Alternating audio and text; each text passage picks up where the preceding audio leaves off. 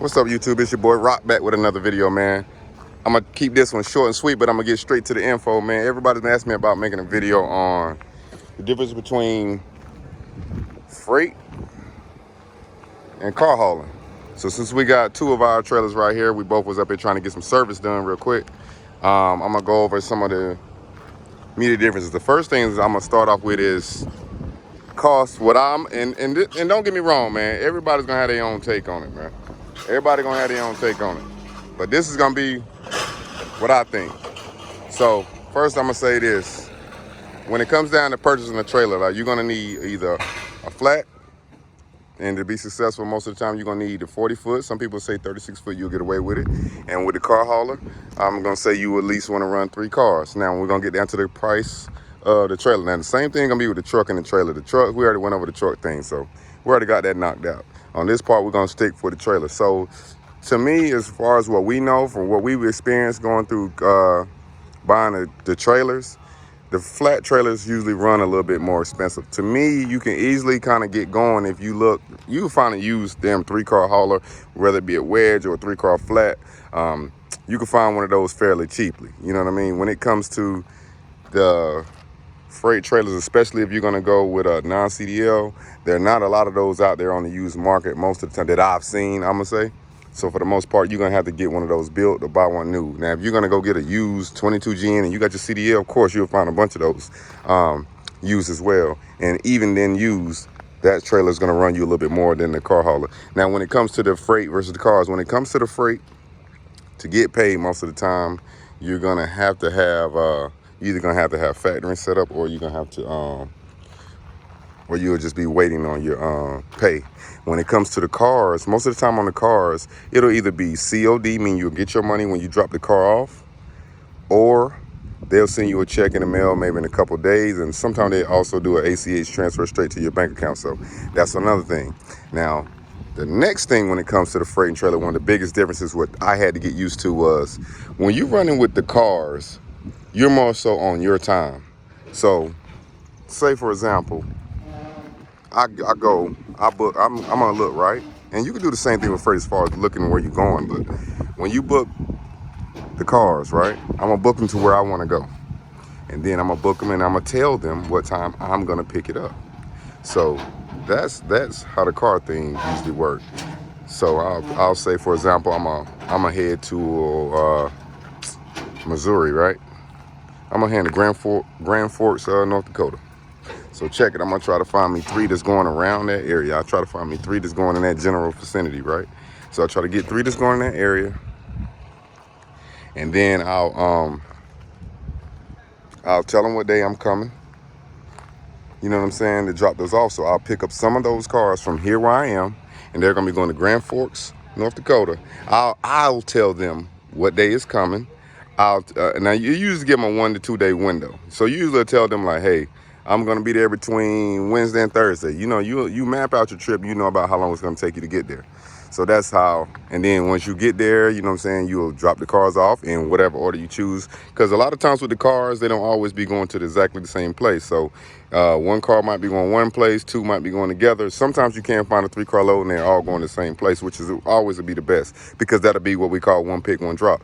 So that'll be the thing. Now I'm gonna move over to freight. I know I'm kind of speaking fast, man, but we out here doing some things and we ain't trying to be in the way out here.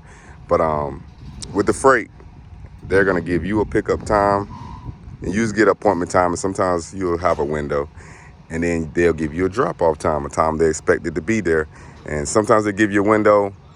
The last few loads I've had wait, I don't know if it's because some other things is going on right now, but they've been wanting it at a specific time, so I've been having to get it there, and they often give you enough time.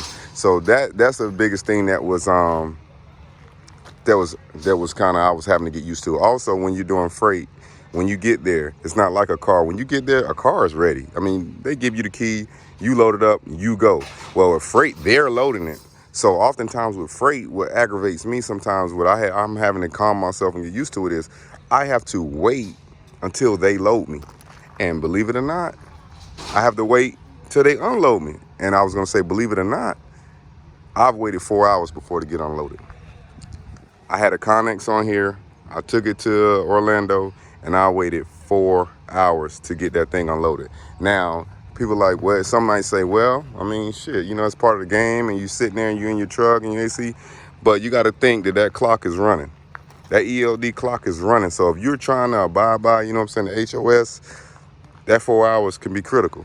If you already planned and got your next load scheduled, and you trying to get to that next load to get going, at least get some hours of driving in on the highway that day, them 4 hours will hurt you. Now, don't get me wrong. In that case, we bill for those 4 hours, you know what I'm saying, for that detention.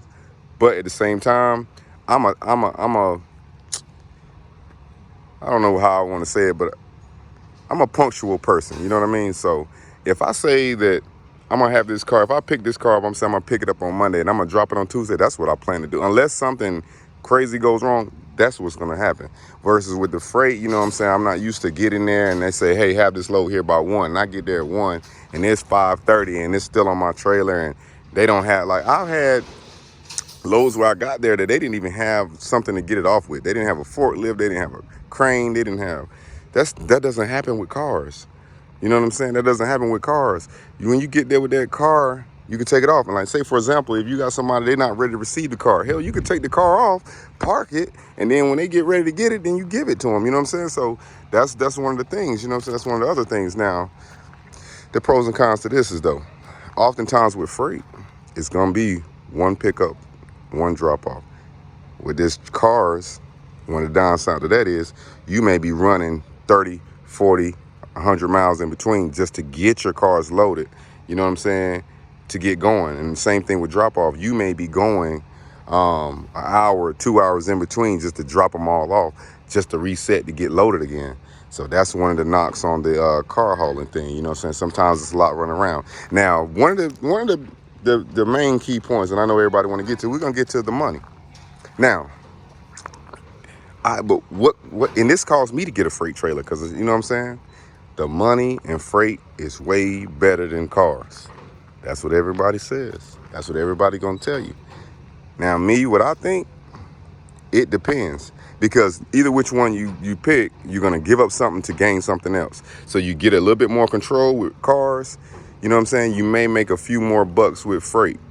Depending on how you move, if you move the same or if you move quickly and, you know what I'm saying, you be punctual, like I said, you'll be all right about the same, in my opinion.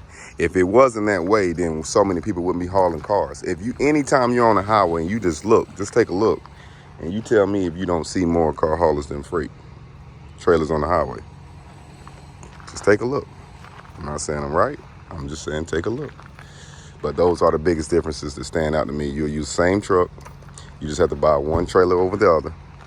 And also with the cars, you will be dispatching yourself mostly. With the freight, you can find a dispatcher to do that. Now, you might find a dispatcher for cars. When I was heavily into cars, I didn't really see many. They don't factor car loads.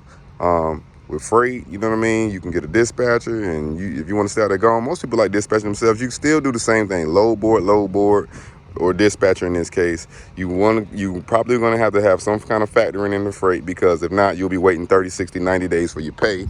With the cars, you don't have to do that, because like I said, you'll get that money when you drop off in most cases, or you can do, they'll send you a check in the mail like 2-3 days. We have had to wait 15, 20 days before, but that's just because of where the people were located and how long it took for the BOLs to get to the people. But in most cases, you'll get that money right away. If you got factoring, you'll get this money next day, day after. If you don't have factoring, you're gonna want to set that up, I would think. I use factoring, so I would say you might want to look into that. But other than that, those are the most differences, man. It's very similar to me. You got a little bit more control here. You might make a few more bucks here per load, but overall in a week, you can move faster with this. So to me, you will make the same money. And in cases like right now with all this stuff going on in the world, I'm gonna say, you can make probably more money with this right now. Seems that way for us right now, but you know, it's different for everyone though. So, you know, I know people gonna hammer in the comments, oh man, that's bullshit, you know, what is whatever, you know what I'm saying? I'm just saying how it's going. It's my take on it, you know what I'm saying? I'm just, for the people who don't know, who just might be curious, just wanting to know, that's how I see it. So, if you want to know which one I prefer,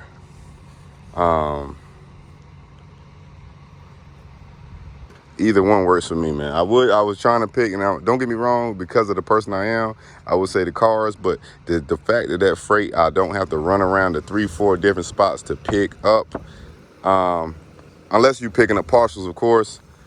The freight is a little bit more, you know what I'm saying, simpler in that way. Hope this helps everybody out, man. Don't forget to hit that like button, comment, subscribe, turn the notification on so you know when I drop a new video. Thanks for watching, and we'll catch you on the next one.